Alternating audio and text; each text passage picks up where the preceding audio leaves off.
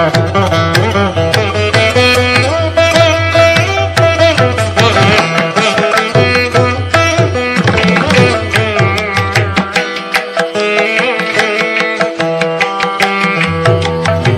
శ్రీ శ్రీ గంగా దుర్గా మారెమ్మ విశ్వేశ్వర స్వామి వారి దేవస్థానం ఆషాఢ మాస మహోత్సవాలు అంగరంగ వైభవంగా అత్యంత భక్తి శ్రద్ధలతో జరుగునని ఆలయ ఉపాసకురాలు తమ్మిన రవీనా తెలిపారు. శుక్రవారం చిట్టినగర్ కుండల మార్కెట్ వద్ద వేంచేసి ఉన్న శ్రీ శ్రీ శ్రీ గంగా దుర్గా మారెమ్మ విశ్వేశ్వర స్వామి వారి దేవస్థానంలో కార్యక్రమ బ్రోచర్ను విడుదల చేశారు. ఈ సందర్భంగా రవీనా మాట్లాడుతూ ఆషాఢ మాసాన్ని పురస్కరించుకొని ఈ నెల 6వ తేదీ నుండి 13వ తేదీ వరకు ఈ మహోత్సవాలు జరుగునని తెలిపారు.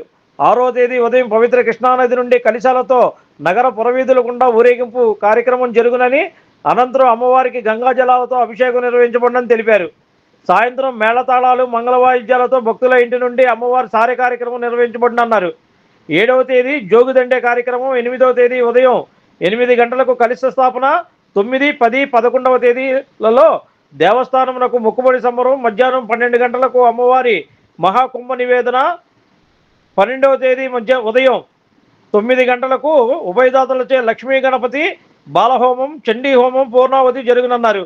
13వ తేదీ సాయంత్రం మంగళవాయిద్యాలు మేళతాళాలతో గంగా దుర్గా మారెమ్మ అమ్మవారి పల్లకి ఊరేగింపు చిట్టినగర్ పురవీధుల్లో జరుగునని ఈ సందర్భంగా తెలిపారు.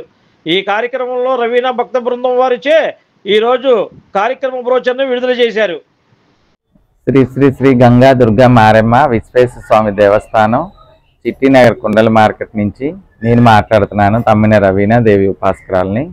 మా భక్తి బృందంతో రేపు అమ్మవారు ఆషాఢ మహోత్సవాలు 6 తారీఖు నుంచి 13వ తారీఖు వరకు అమ్మవారికి ప్రతిరోజు కూడా తొలి రోజు గంగాభిషేకం, 2వ రోజు జోగుదండటం, 3వ రోజు నుంచి ప్రతిరోజు అమ్మవారికి వైభవంగా మొక్కుబడి సంబరాలు, మధ్యాహ్నం అమ్మవారికి మహానైవేద్యం కుంభవేయటం, అమ్మవారికి అందరికి కూడాను అన్న వితరణ, సాయంకాలం కూడా సారీలు, రేపు పౌర్ణమి రోజేమో లక్ష కుంకుమార్చన, ఉభయదాతలతో ప్రతి ఒక్కరితో కూడా కూర్చోపెట్టి ఉభయదాతలతో పూజా కార్యక్రమం చేయటం జరుగుతుంది.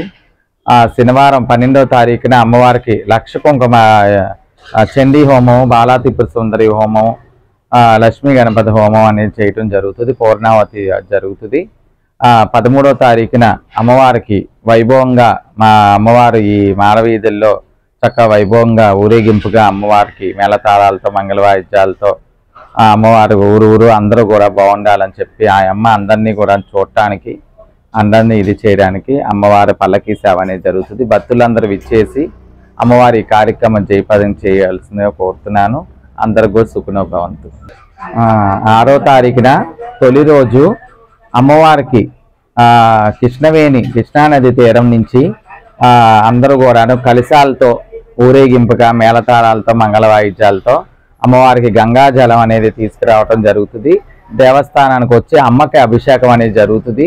ఈ ఊరు వాడ చల్లగా ఉండాలి, పాడి పంటలతో చల్లగా ఉండాలి, అమ్మ శాంత రూపంగా కూడాను అందరినీ కూడా పాడి పంటలతో వెలుగు ఇవ్వాలని చెప్పి కోరుతూ అమ్మకి అభిషేకాలు అనేది ఆ తొలి రోజు జరుగుతుంది.